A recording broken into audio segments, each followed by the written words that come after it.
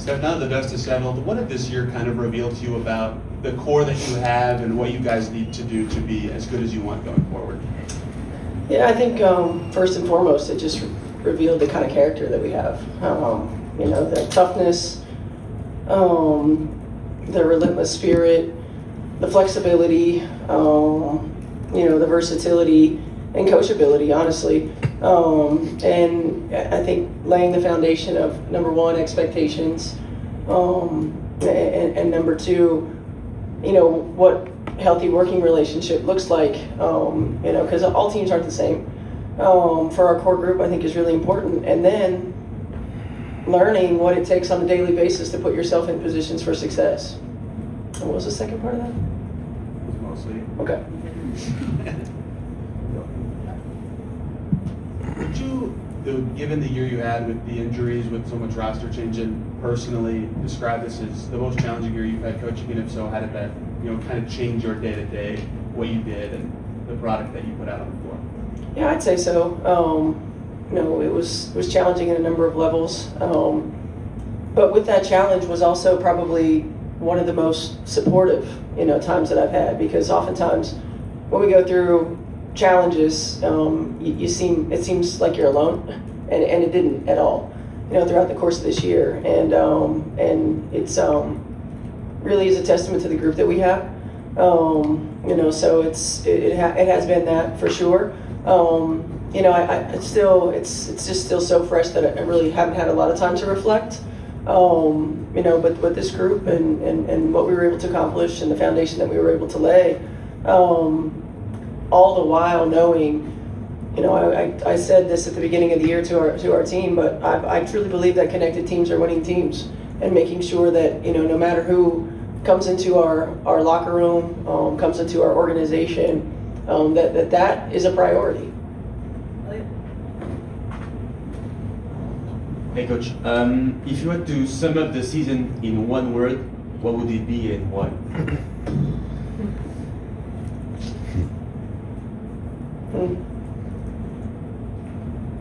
That's tough. I mean, I guess the overarching theme is just resilience, just because this group has showed so much resilience. Thank you.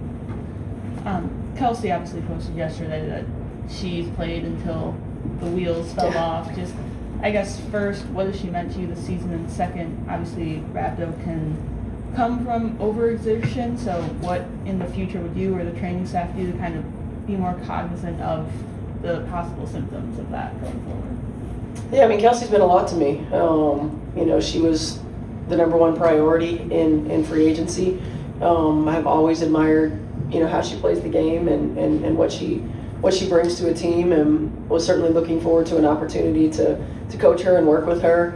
I've watched her for a long time from afar, calling her games and certainly in the WNBA. She's just the ultimate competitor.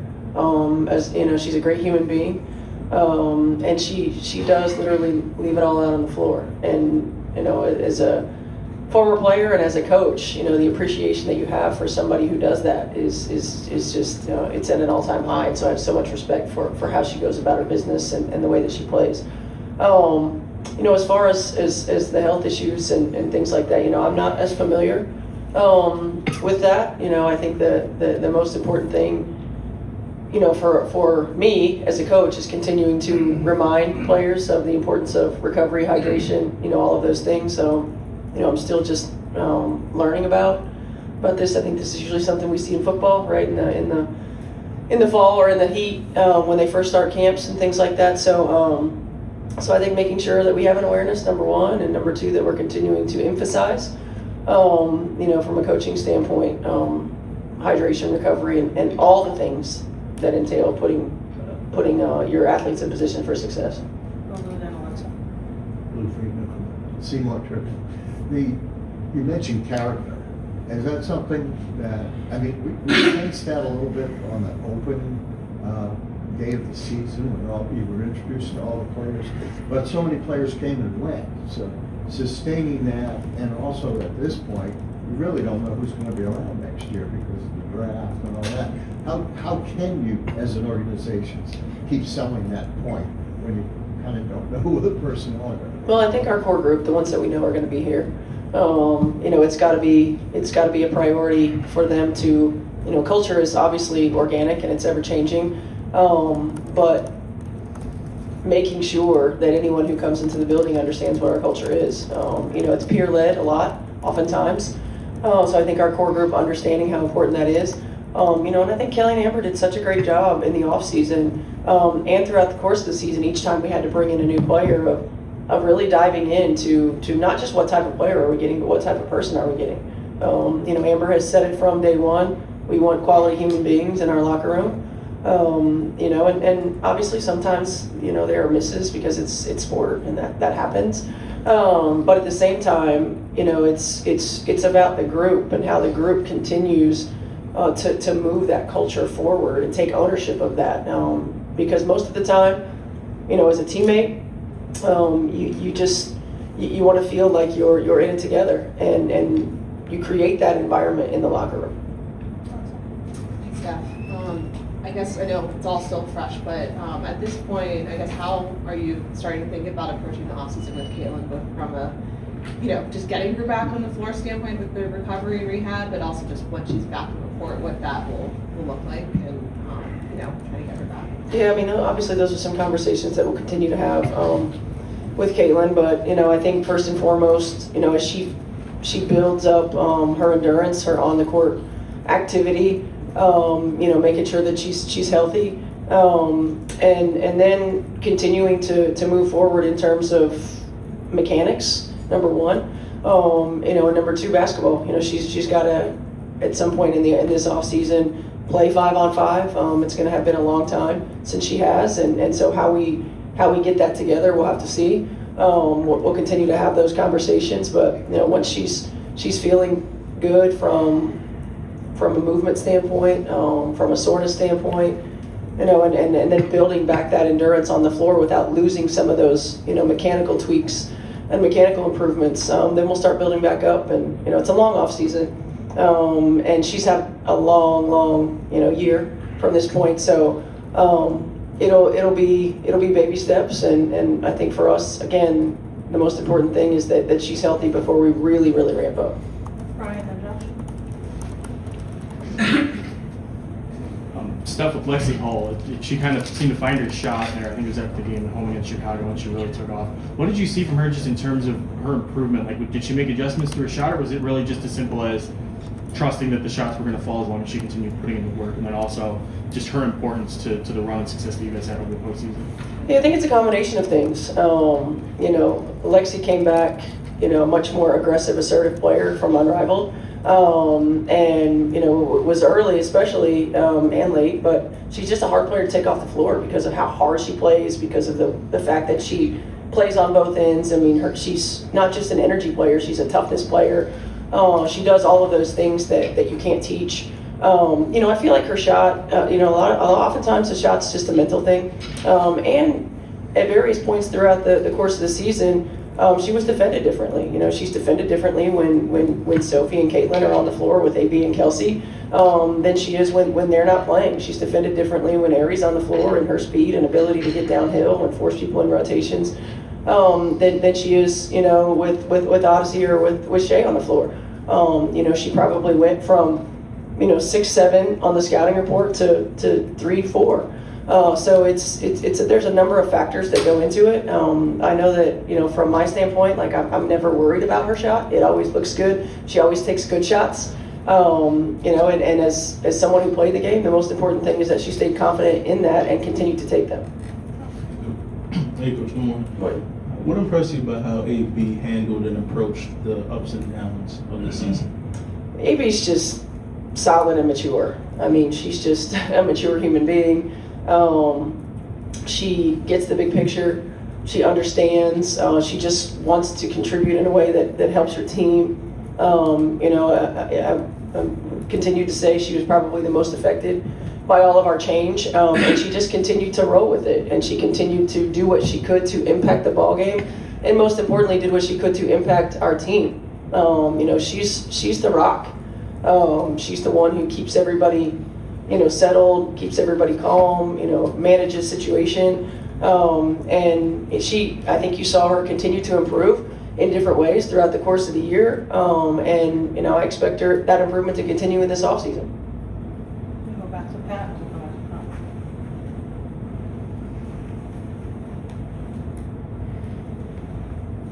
Hey Steph, Rick Carlisle was sitting there on Monday at Pacers Media Day, and he spoke to how much he appreciates having you to bounce things off of, and you both obviously got great staffs, but I'm wondering if you could speak to the value of having somebody like Rick Carlisle in this organization and how beneficial that can be to both of you. It's huge. Continuing to get messages from Rick and, being able to have conversations. And of course, Jenny's one of my really good friends. It's important. It helps me, number one, maintain perspective because sometimes it gets a little crazy. And number two, just to be able to bounce ideas off of, think of things from a fresh perspective. There's probably very few things that I will go through that he hasn't gone through.